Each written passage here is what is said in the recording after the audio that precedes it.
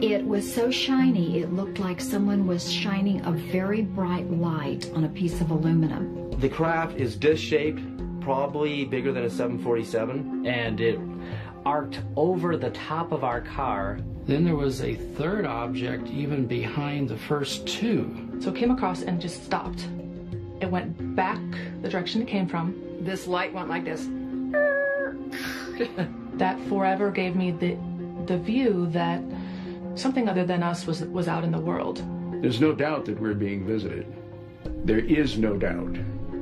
They are definitely here. Why they're here, where they're from, you can only speculate.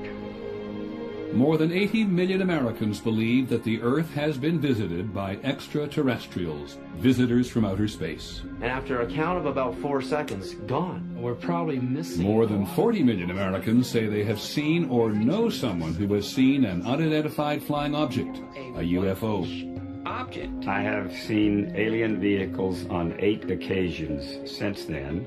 And many Americans believe that they themselves have been abducted by aliens. I find myself floating from my bed. 4 of these beings came into my house, came in and got me. I know what I saw. I know what I experienced is real. I know it because everybody else has seen it, talked about it, and discussed it. So I know for a fact it's real. I know for a fact it's real. People throughout the world believe that unidentified flying objects are spacecraft guided by intelligent beings from beyond the Earth. I have no idea. I flashed the light at it. And if you are among the believers, you have probably spent at least a few late nights listening to the program broadcast from this desert compound. Coast to Coast with Art Bell is the place to talk about UFOs, or ufology, as many of his listeners call it. West of the Rockies, you're on the air. Hi. Hey, Art. This is Matt in Colorado. Hey, Matt. Hey, got a sighting for you that happened last summer. Oh? He was huge, a cigar-shaped. The common cause of ufology is to finally determine what in the hell is flying in our skies. It hurt your eyes, so I turned away. When I looked back, it was gone. I think that Coast to Coast AM is the main conduit for ufology information. And over my phone lines have come the most informed ufologists, the best scientists, and some of the craziest people you'll ever meet.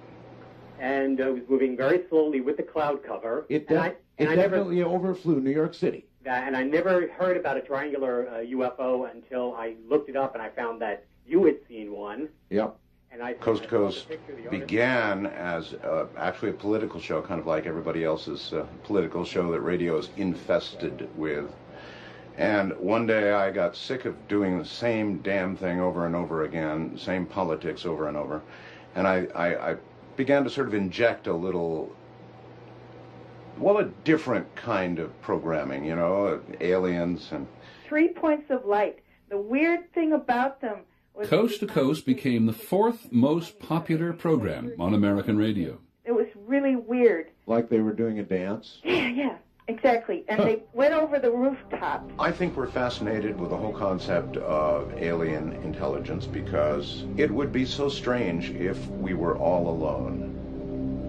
Imagine for a moment how it would feel if we were all alone, if there was no other life, intelligent life, anywhere in all that you see out there.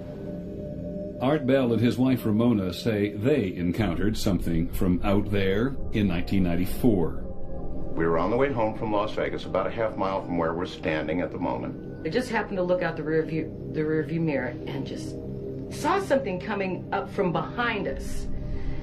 And it looked like it wasn't normal. And I kept saying, what the hell is that? And this thing floated above our heads, doing about 30 miles an hour. That's a good word, float. Yeah. Floated, yeah, it floated. Or had to have been defying gravity, or it was a lighter than aircraft. I don't know. But it was triangular, it was monstrous. The moon and the stars went away, and there it was above us. And we stood and watched it go across the valley and head toward the mountains.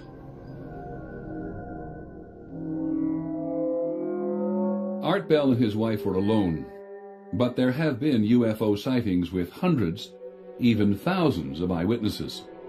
Phoenix, Arizona, March the 13th, 1997. There were some incredible sightings over Phoenix called the Phoenix Lights, and they occurred while I was doing my program. I took call after call after call of people in Phoenix saying, "Oh my God, what's flying over our city?" At 8:30 p.m. that night, hundreds of people reported seeing a mysterious flying something. Security guard Bob Nelson was sitting on his porch with his dog. All at once, these 6 or 7 lights came across the top of the hill, and it was moving very slow. And then I went in and jokingly said to my wife, "We got a UFO coming over." She just couldn't believe what she seen. And then, of course, she didn't know what she seen. Sue Watson and her children, Brian, Aaron, and Kevin, were in their front yard. We saw this incredible sized vehicle. There were 5 huge lights in the very front of it, and it was in a boomerang shape. I'm only a mile and a half from that mountain, the top of that mountain. That vehicle spent 5 to 6 minutes hovering from that mountain to my house. I don't know anything that can go that slow. It was absolutely silent, just completely gliding, just like part of the sky, just a big, big, big platform, just flying with lights in front of it. I could see it was covering stars, so I knew it was something solid. Sheriff's Deputy Thomas Chavez was in his squad car. I was sitting here facing to the east, watching the intersection, and on one of the times when I glanced up for my paperwork, that's when I saw the strange set of lights. I can't give you a definite answer to what it was. All I can tell you is what it was not, and it was definitely not an aircraft as we know it. Mike Fortson grabbed his binoculars and went outside with his wife. As it passed in front of us, all we could see was the left wing of the craft itself. That's how low it was. We didn't go fetch a camera. We didn't do anything but sit there and watch it. You actually tell yourself not to blink because you might miss something. I mean, that's how intense it was. It gives me goosebumps when I talk about it. At 10 p.m. that night, thousands of other people reported seeing another series of lights in the sky. What I'm looking at here is a light on South Mountain. Mike Christen videotaped the event from his house on Moon Mountain. When I saw the one light, it was one thing. I was just photographing the one light, and then all of a sudden another one popped up in a different direction. So then I trained the camera on that light, and then another one popped up, and before you know it, this whole thing is starting to happen in front of my eyes, and I'm going, wait, this is something. All right, you tell me what it is.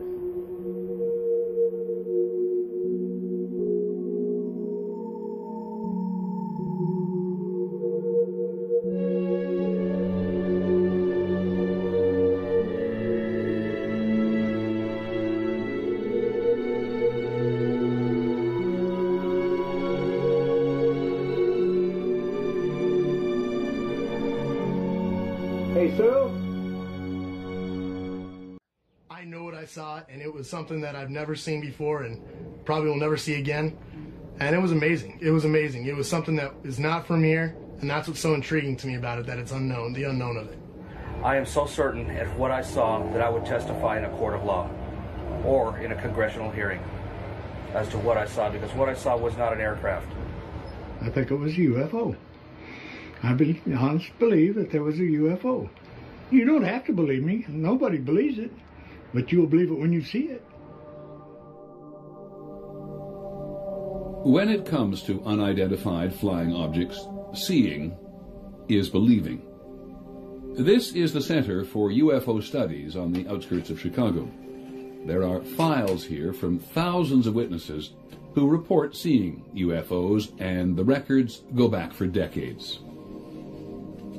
The best way to become a believer in UFOs is to have a sighting. If you encounter it directly, you're likely to believe in it because you encountered it. Intellectual arguments don't always work as well with people, understandably. You know, I saw a UFO, so you should believe in it, or look at all these other people that saw it, so you should believe in it. It's always the personal that's going to lead to a belief that the subject is real, and that's true for scientists, for ufologists, and for members of the general public. Dr. Mark Rodiger has been researching the UFO phenomenon since 1974. One conjecture is that many reports, or at least a good fraction of reports these days, are caused by secret aircraft. It turns out that it's actually pretty easy to distinguish between sightings that might be secret aircraft and sightings that are probably not that.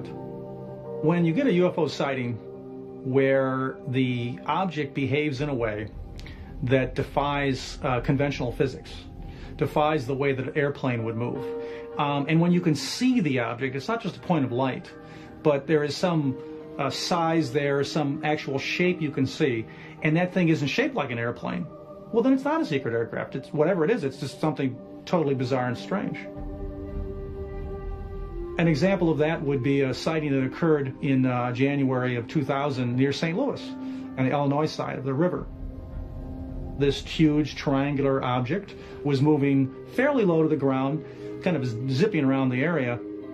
It's not Venus or Mars or whatever object was up at the time. It's not another aircraft that was up at the time. When we come back, the story of the first flying saucers.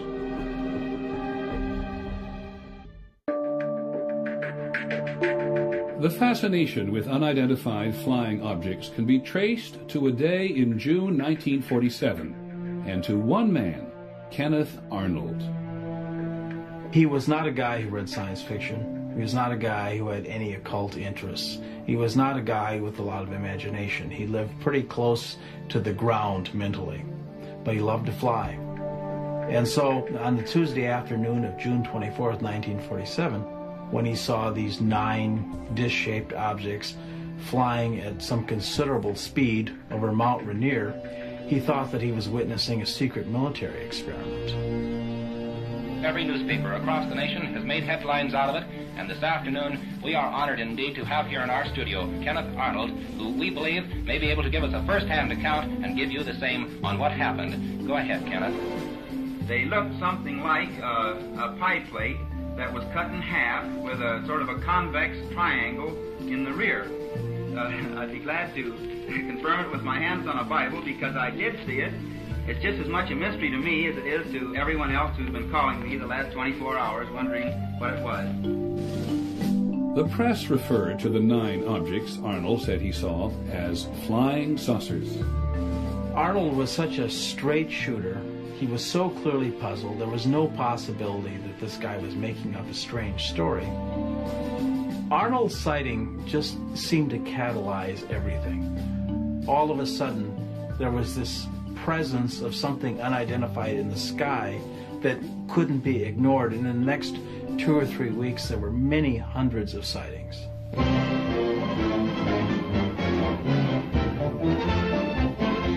Army fighter planes are on patrol for flying saucers. Cameras installed to photograph them. So many objects were being seen in the sky by so many people that the Army Air Force launched an investigation. They're seeing flying saucers everywhere.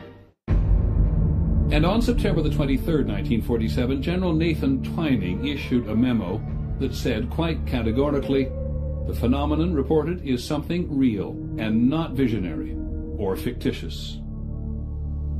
When it appeared that technological devices of some kind were penetrating American airspace, and we didn't know what they were and had no idea what to do about them, this was obviously a national security problem.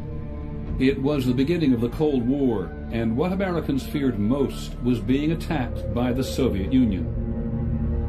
We didn't know what they might have flying. And so those concerns by the government, legitimate concerns by the government for our security, led eventually to them establishing a full-time office to investigate UFOs. The Air Force investigators quickly came to realize that they were not dealing with Soviet aircraft. Nothing man-made performed like flying saucers. They started thinking, well, if the Soviets aren't doing this, there's really no thing on Earth that can be doing this. And then on July the 24th, 1948, 2 experienced commercial pilots, Clarence Childs and John Whitehead, were flying at night over Alabama when they encountered what they described as a cigar-shaped object, perhaps 100 feet long, flying faster than any aircraft they had ever seen. It had, they said, 2 rows of windows and they could see lights inside, and orange-red flames shooting out of the tail. Air Force investigators couldn't explain it. It could not possibly fly unless it had an engine in it that was beyond anything anybody on Earth could make. And this, in a sense, was their proof that they were dealing with the extraterrestrial technology. The Air Force investigators trusted the testimony of these experienced pilots and were forced to consider the incredible. Since 1948, there have been thousands of sightings by commercial and military flight crews. March the 12th, 1977. I was flying a trip from San Francisco to Boston, non-stop in a DC-10. It was an Airbus 320, and we had 24 passengers on board with very good condition. We were at 39,000 feet. We were just north of Dallas-Fort Worth. It was a beautiful, clear night. Out of nowhere, some lights appeared.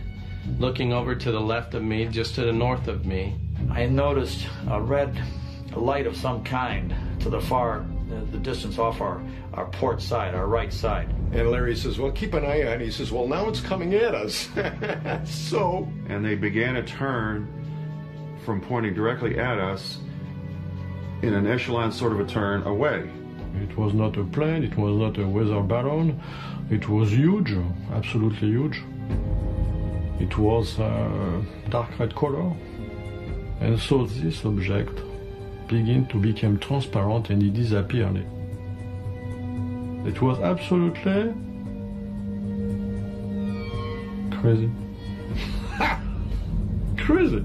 It just was gliding through the sky so quietly, and as it did so, it blotted out the stars behind it. And it just reminded me of a submarine in the depths when it's quiet and just kind of motoring right on through, you know. There were no wings, there were no windows, and it was cigar-shaped. I saw what I saw, and this thing was not from here. I watched this big, gigantic light go out behind our left wingtip, and then as the turn progressed, it disappeared in the distance off to the back at a very high rate of speed. I've flown all the jets. I flew in the war. I flew B-17s in the war. Everything. I've got over 30,000 hours of flight time and never had a sighting as that one. So it was once in a lifetime. In the fall of 1948, Air Force investigators were convinced by the testimony of pilots. In a remarkable top-secret report to General Hoyt Vandenberg, the Air Force's Chief of Staff, the investigators said the Earth was being visited by alien spaceships. They took it so seriously that they risked their own careers by writing an estimate of the situation that they sent on to higher headquarters and said that some of these UFOs could be extraterrestrial, which of course was not received well by the Pentagon. Hoyt Vandenberg looked at this thing and he said, I cannot accept this. I cannot accept this kind of conclusion because you don't have concrete proof that that's what kind of a device we're dealing with. The eyewitness accounts from experienced pilots were not enough for the general. The Air Force wanted the flying saucer phenomena to go away, but the popular fascination with mysterious flying objects was growing.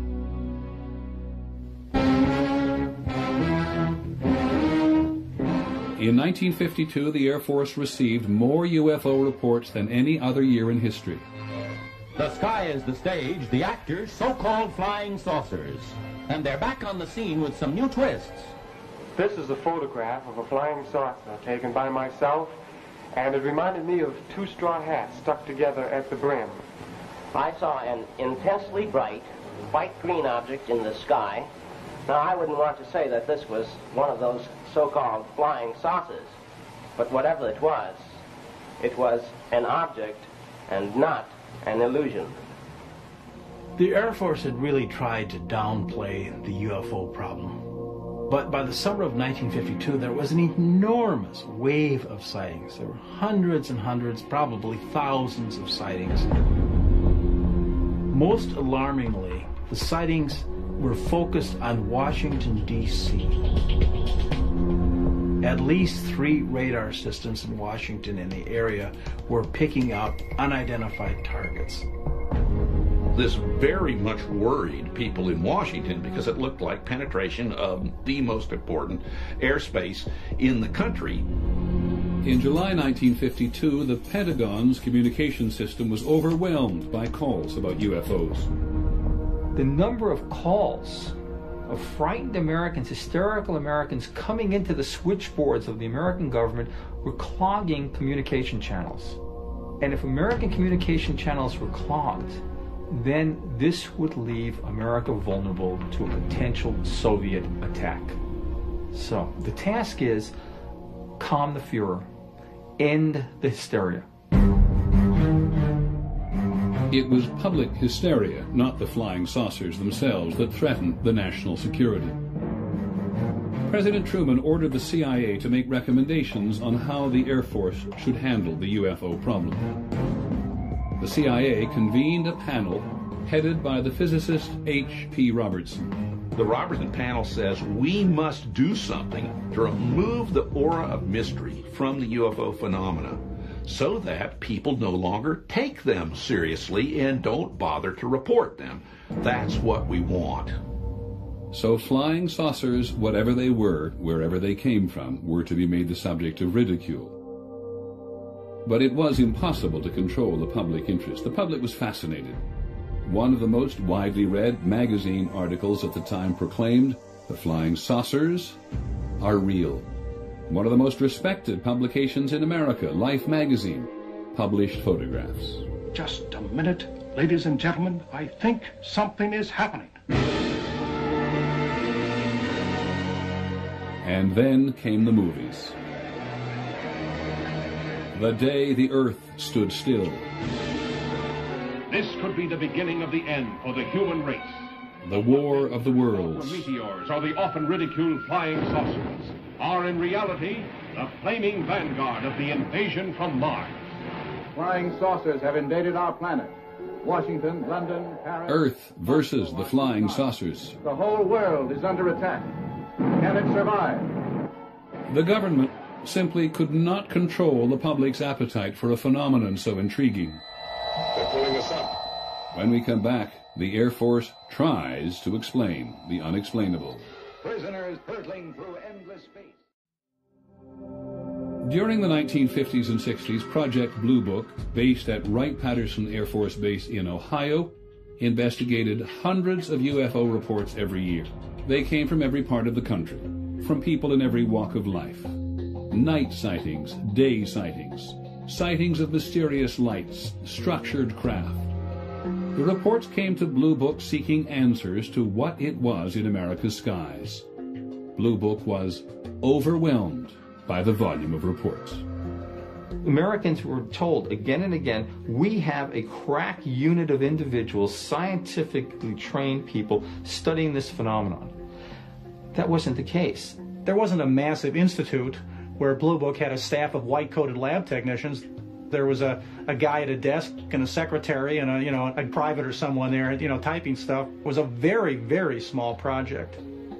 Colonel Robert Friend was the director of Project Blue Book from 1958 to 1963.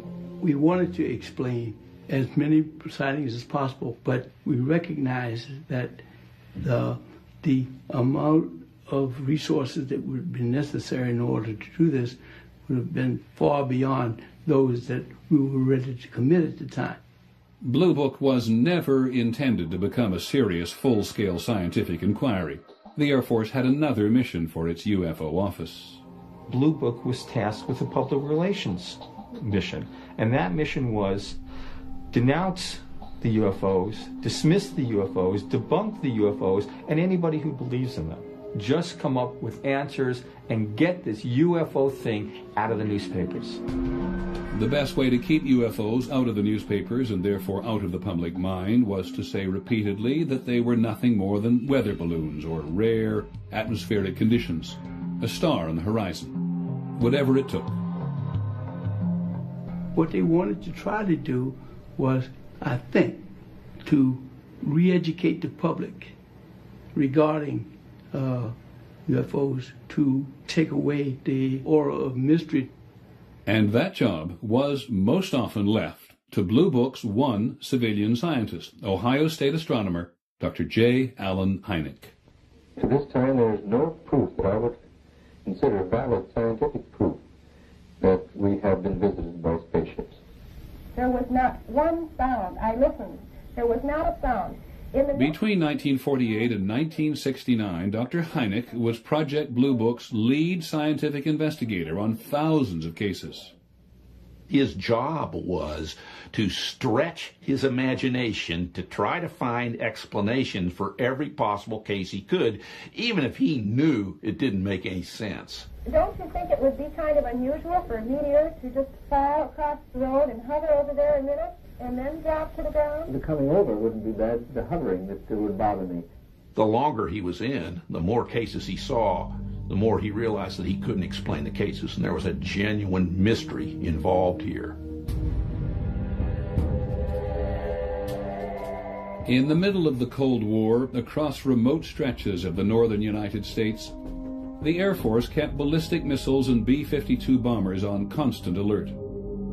On the night of October the 24th, 1968, at Minot Air Force Base in Minot, North Dakota, Airman First Class Mike O'Connor was dispatched to make a routine repair at one of the missile sites. We made our turn to come down the road to the missile site, and out of the corner of my eye I observed what I thought was a farmer's yard light, but it looked awful bright. As we proceeded down the road, the object appeared to lift off the ground and parallel us down the road until we came to the missile site, at which point we got out of the truck and it just kind of hovered there. Staff Sergeant Bill Smith was in charge of security for 10 nuclear missiles. That night he reported seeing strange objects. These objects would rise, they would speed up, they would slow it down, they would hover, they would dart very quickly one way or the other. We were just not really sure that these were things that we could explain. The Minot control tower diverted a B-52 to investigate. Captain Brad Runyon was the B-52's co-pilot. The air traffic controller asked us if we would mind going out to this one area and looking for something. I was curious, and I said, well, what are we looking for? And they said, well, you'll know it if you find it. The navigator on the B-52, Captain Patrick McCaslin, suddenly identified an object on his radar screen. I saw a return, faint one sweep, bright the next, large, off our right wing, 3 o'clock, at about 3 miles. And at that point, I asked the radar navigator to turn on the camera, which would then take pictures of whatever was on the radar screen. These pictures of the radar screen show the object flying in formation with the B-52. This thing was climbing out with us and maintaining the same heading we were. That was unusual.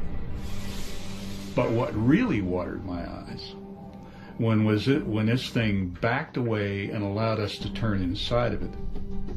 When the object suddenly disappeared from the radar, the bomber turned back to find it.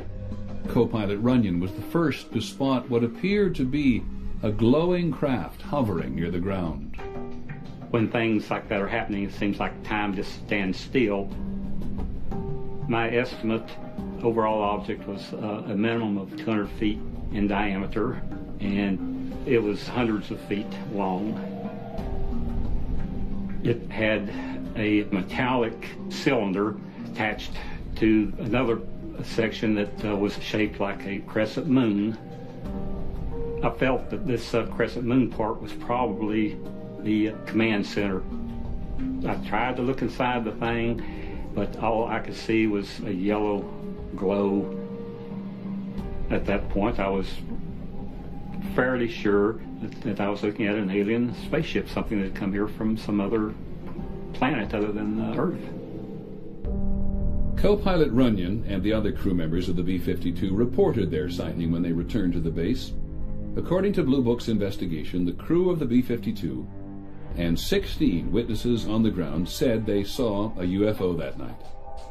In its final report, Blue Book concluded that they were all seeing stars.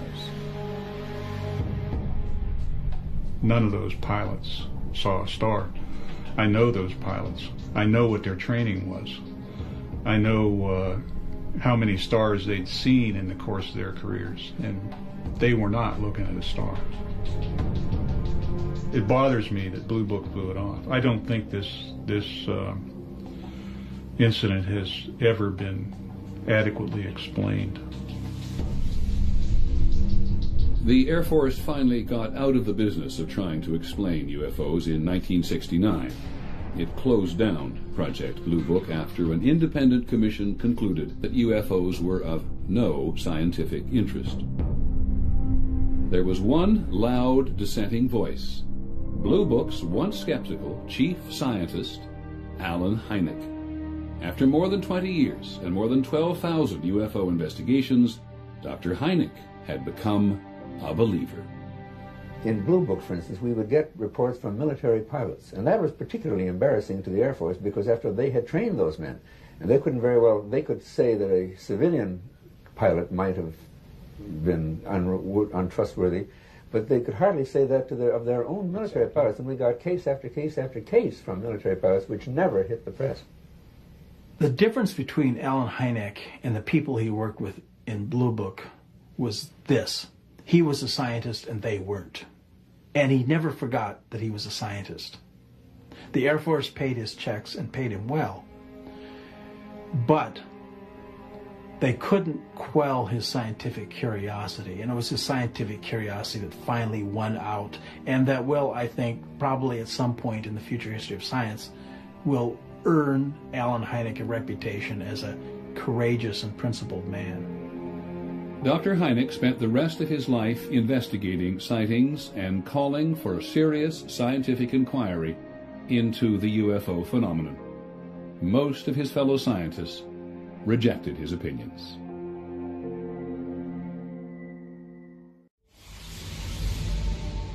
For scientists, seeing is not believing. For them, only physical evidence will prove that UFOs are visiting Earth. They do believe that life exists beyond Earth, and they have spent decades searching for the first piece of evidence.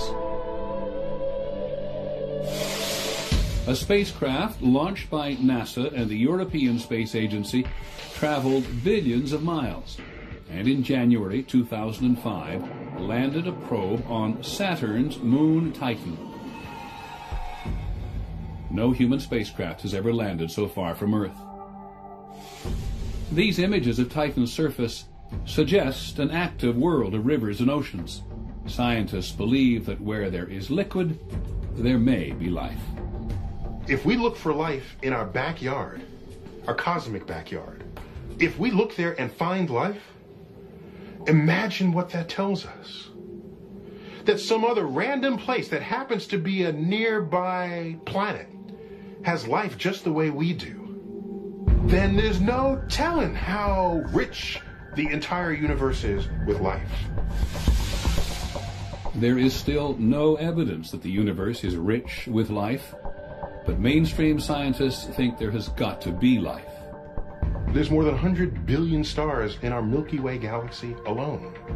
And there's more than 50 or 100 billion galaxies in the universe. You multiply these two numbers, that's a 1 with 21 zeros worth of stars in the cosmos. To suggest that we're alone is inexcusably egocentric. Somewhere among the billions of stars in our galaxy, or in the billions of other galaxies in the universe, scientists believe there must be other planets, just like Earth, where life exists. What created Earth and man must have created life somewhere else, they say, in the vastness of space. Somewhere there must be another developed civilization trying to reach us. Dr. Frank Drake has been listening for 45 years. In 1960, in Green Bank, West Virginia, Dr. Drake first pointed a radio telescope at a nearby star to listen for a signal. We just had this feeling that something very important was starting, that this was a new road that human beings were taking that was going to lead to very wonderful places and very wonderful things for our civilization. Dr. Drake's experiment marked the beginning of a project called SETI, the Search for Extraterrestrial Intelligence. Dr. Seth Shostak is an astronomer who works with Drake at the SETI Institute. We've been broadcasting our existence to the universe for the last 50 or 60 years, and we've been doing that with our high-powered radio and television transmissions. Every day, those signals just go right on out into space. That's how we're broadcasting into space, and we kind of turn that idea around when we try and find the extraterrestrials by trying to find their broadcasts. Dr. Drake remembers the day of his first search in April 1960. For all we knew, every star in the sky had a radio transmitting civilization. We might succeed the first day. We even had a tape recorder connected to the radio receiver so that we could tape record any voices we might hear from the other worlds. And so we pointed at the first star, and when it finally set in the west, we moved over and pointed the telescope at the second star, and we heard on a loudspeaker a signal like we'd never heard before with a radio telescope. And it was a lot like a lot of people said we might detect, a series of pulses. It sounded like choo, choo, choo, choo, choo, choo, choo, choo, choo, choo, choo, choo. All our hearts were pounding. You think this may be one of the greatest moments in history unfolding right here before us. When you detect such a signal, and it truly looks to be extraterrestrial, it's a very special emotion. I'd like to feel it again. Dr. Jill Tarter is another astronomer working at SETI. The chances of success in SETI are difficult to estimate. But if we never search, the chance is 0. So I think what we ought to do is search. Seth, you can see the telescope. Oh, yeah. Too shiny. Yeah. I see him. At Hat Creek in Northern California, SETI is building an array of telescopes that will search for signs of extraterrestrial intelligence on a scale never before attempted. The project is named after its largest donor, the co-founder of Microsoft, Paul Allen. All right, let's go. This observatory is sited in a very quiet pastoral valley, mostly cows and a few people. It's going to change a whole lot when we put 350 telescopes in here, and it's going to change even more if indeed those telescopes detect a signal from someone else's technology. Of course, we don't know how many civilizations out there might be broadcasting signals that we could pick up. The faster that you can go through all that heavenly real estate, the sooner you're going to find a signal. And if that happens, this is where it will happen. It'll happen right here. This is kind of the portal to the cosmos. This is the place where we're going to crack the crystal of isolation that has surrounded this planet for 4.5 billion years. Right here amongst the trees and the lava and the bright sunshine. And drink a little champagne along the way. We will build it, and I hope they will come, or at least in the form of their radio waves. Some UFO believers belittle SETI. Why search the heavens for an elusive signal, they ask, when the extraterrestrials are already here?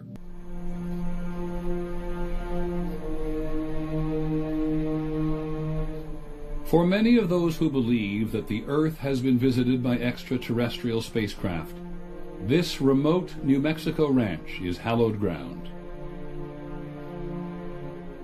The story goes that it was here in the summer of 1947 that one of the greatest discoveries in human history was made. The holy grail of ufology, concrete evidence proving the existence of alien life.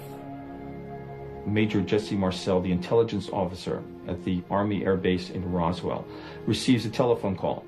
The call is to go to the ranch of Mac Brazel and investigate some material that Brazel has found on his land. Marcel goes to the ranch and brings back a load of debris. And this stuff was extraordinary. Jesse Marcel was absolutely convinced what he found was extraterrestrial, that the debris was nothing of this Earth. Marcel loaded up his car with the strange wreckage and drove the 75 miles to Roswell. He stopped at his home to show his wife and 11-year-old son Jesse Jr. what he had found. Woke my mother and myself up saying, I want you to look at this. I mean, I can remember it just like it happened yesterday. the type of material that was there. The most curious part of the debris that I saw were the I-beams, the structural members with pinkish violet writing along the inside surface. It's more like geometric symbols. It was very impressive. When you see something that impressive, even as an 11-year-old, it stays with you. Jesse Marcel Sr. took the debris to the Army Air Force Base at Roswell early in the morning of July the 8th. And by noon, the base commander, Colonel William Blanchard, authorized a press release proclaiming that what Marcel had found was the remains of a flying saucer. Headline edition, July 8, 1947. The Army Air Forces has announced that a flying disc has been found and is now in the possession of the Army. Army officers say the missile has been inspected at Roswell, New Mexico, and sent to Wright Field, Ohio, for further inspection. There was tremendous public excitement. I mean, the newspaper archives from that time, it was just all over the place. I mean, it was national news. It was a big deal. And people were very excited and very frightened and everything else. For one moment in history, Roswell, New Mexico could claim to be the only place on Earth where evidence existed that this planet was being visited by alien spacecraft. It was a short moment. The next day, there was a press conference organized by General Roger Ramey. And Roger Ramey says, "We did not recover a flying saucer. This is no flying disc. What we recovered was a weather balloon." The papers reported General Ramey empties Roswell saucer. The Army Air Force reduced Marcel's discovery to nothing more than a harmless, high-altitude weather balloon. The public accepted it. This was immediately in the wake of World War II, and I think most people basically trusted the government. And so, they had no doubt that this was genuine, and this was true of the press as well. There was very little skepticism about it, and it just kind of went away. For 30 years, no one paid any attention to the events at Roswell. Jesse Marcel's story of a flying saucer that crashed might still be forgotten, were it not for a ufologist named Stanton Friedman. I got involved in 1978. I was at a television station in Baton Rouge, Louisiana. The station manager, out of the blue, he says, the guy you ought to talk to is Jesse Marcel. He handled the wreckage of one of those saucers you were interested in when he was in the military. What? Stanton Friedman found Jesse Marcel. He was retired from the military and was a television repairman in Houma, Louisiana. Marcel had a story to tell. What I saw, I couldn't believe there was so much of it. It was scattered over such a vast area. We found a piece of metal about a 1.5 to 2 feet wide. You couldn't even bend it, you couldn't dent it. Even with a sledgehammer would bounce off it. So it was not anything from this earth that I'm quite sure of. My dad finally came to the conclusion that this is a story that should not be contained or buried. He felt it was time that people know the truth about this. But what is the truth? The wreckage hadn't been seen since 1947, so there was no way to prove Jesse Marcel's claims, which never stopped Stanton Friedman and his fellow Roswell promoters. The first Roswell book appeared in 1980. It said that what crashed was a flying saucer. It said there was no evidence because the government was hiding it somewhere. The government was engaged in a massive cover-up. If there has been a UFO cover-up, it began in Roswell, New Mexico. A persistent rumor holds that the United States government has recovered and is concealing fragments of alien spacecraft. Fragments and more. This all came together at a time when people were ready to buy into conspiracy. And then, in 1989, Unsolved Mysteries did the recreation of the whole event, and off to the races we go. This Air Force base here in Roswell, New Mexico, was the center of a controversy back in 1947 that over 40 years later still remains unsolved. Jesse Marcel's story about a day long ago was becoming an article of faith, and the promoters were busy spinning it every way they could. You think there was a government cover-up? There's no question about that, not only about this case, but lots of other UFO cases. After investigating for their new book, Kevin Randall and Don Schmidt are convinced it was a military cover-up. A parade of new witnesses came out of the woodwork to share the limelight with tales of secret government activity and alien bodies found in the wreckage. The small nose, eyes like this, about how tall? About 5'3", 5'4", somewhere the tallest I think. Are you saying that extraterrestrials were found in Roswell? Yes. Dead? Dead extraterrestrials were found. In 1995, Fox Television broadcast what they promoted as recently discovered film of an alien autopsy performed at Roswell. It was seen by more than 20 million viewers. All right, I want to show you something. And then came the X-Files. This is a photo of a UFO that reportedly crashed in Roswell, New Mexico in 1947. Jesse Marcel's unproven story was now primetime mythology. In Roswell, they captured aliens from the spacecraft wreckage. They salvaged various alien technology from them, and from their databanks, they learned of the alien plan to recolonize the Earth. Decades after something fell from the sky outside Roswell, this remote New Mexico town had hit the jackpot. It didn't matter that there wasn't a shred of evidence to support the claim that a flying saucer crashed here. It didn't matter that there were no credible witnesses to alien bodies. On the 50th anniversary of the alleged crash, 65% of Americans told a Time magazine CNN poll that they believed the story. They're in my room. They're in the room. The two are on my left. Two on the left? Yeah, they're with me again. They're on my left. There they are. Bud Hopkins is an artist who spent the last 25 years exploring his belief that aliens are among us and have been abducting people. And what do they look like? 4 foot tall, 4.5 foot tall. Hopkins records story after story of people being taken onto spaceships and then returned to Earth with their memory clouded or erased. I can't even move. I can't even move. I'm trying to. As I've been working with abductees over the years, hundreds and hundreds and hundreds, there seems to be no doubt that this has been going on for decades. Maybe not at the rate that it has been lately, but that nobody knew who to report this to, and most people feel that it's just impossible that this could have happened to them. It is Hopkins who has convinced a large part of the UFO community that the phenomenon of abduction is real. I've been collecting drawings, sketches people have made of what they remember inside craft, and especially the faces of the aliens. I've been doing this for years and years, since actually starting probably 1975. Of course, the enormous cranium is the big feature. The mouth is very negligible, tiny, a slit.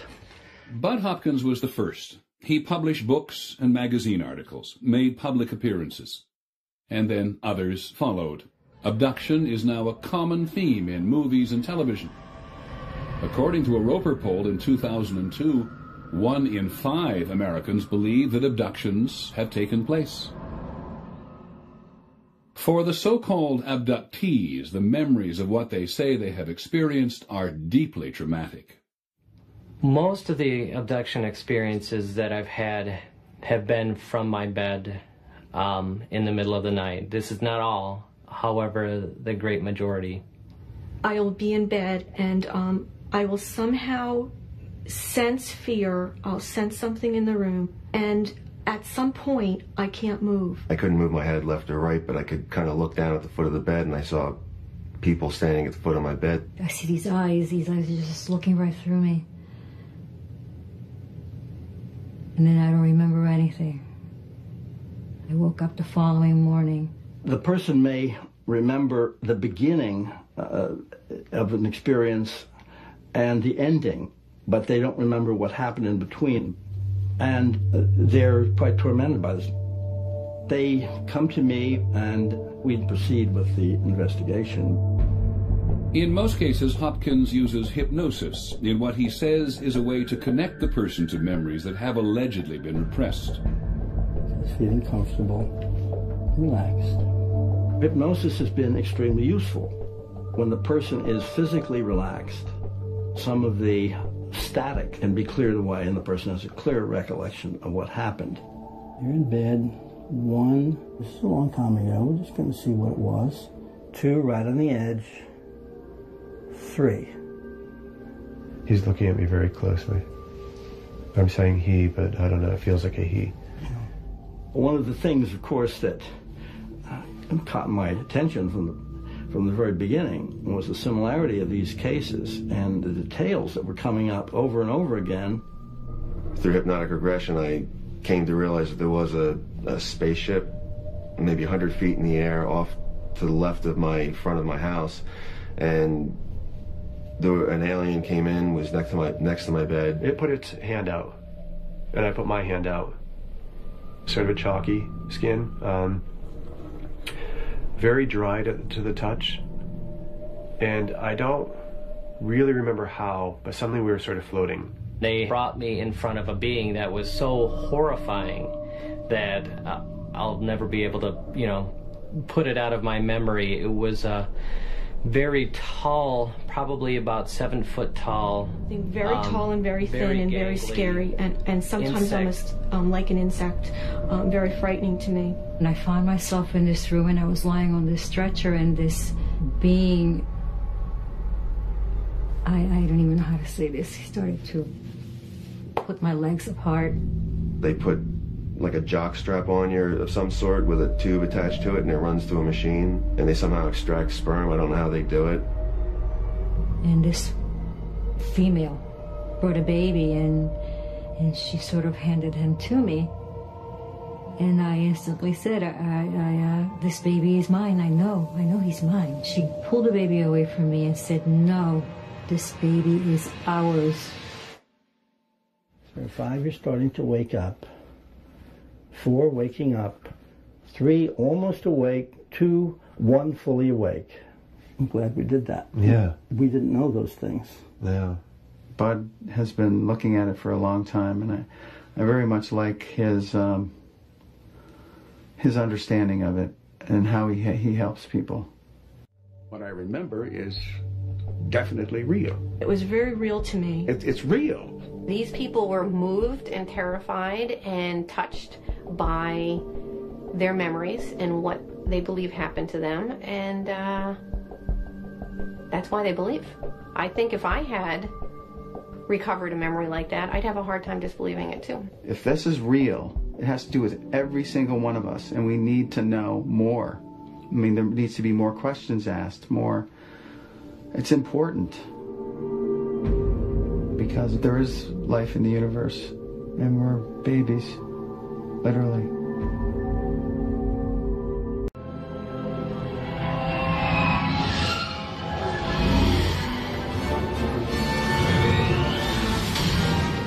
Anybody who goes in the movies probably figures that interstellar travel is just a matter of having, dilithium crystals and Scotty down in the engine room, and you can do it. It's borderline on the simulator, Captain. I cannot guarantee that she'll hold up.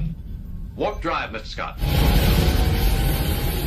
I don't mean to say that it's impossible to do it. I mean, it doesn't violate the laws of physics to go from one star system to another. But one shouldn't underestimate the difficulty of doing it simply because we see it done every night on television. To seek out new life and new civilizations. To boldly go where no one has gone before. It's more than just a technological problem. It's more than just building a better rocket. The distances are so vast. The energy requirements are so extreme.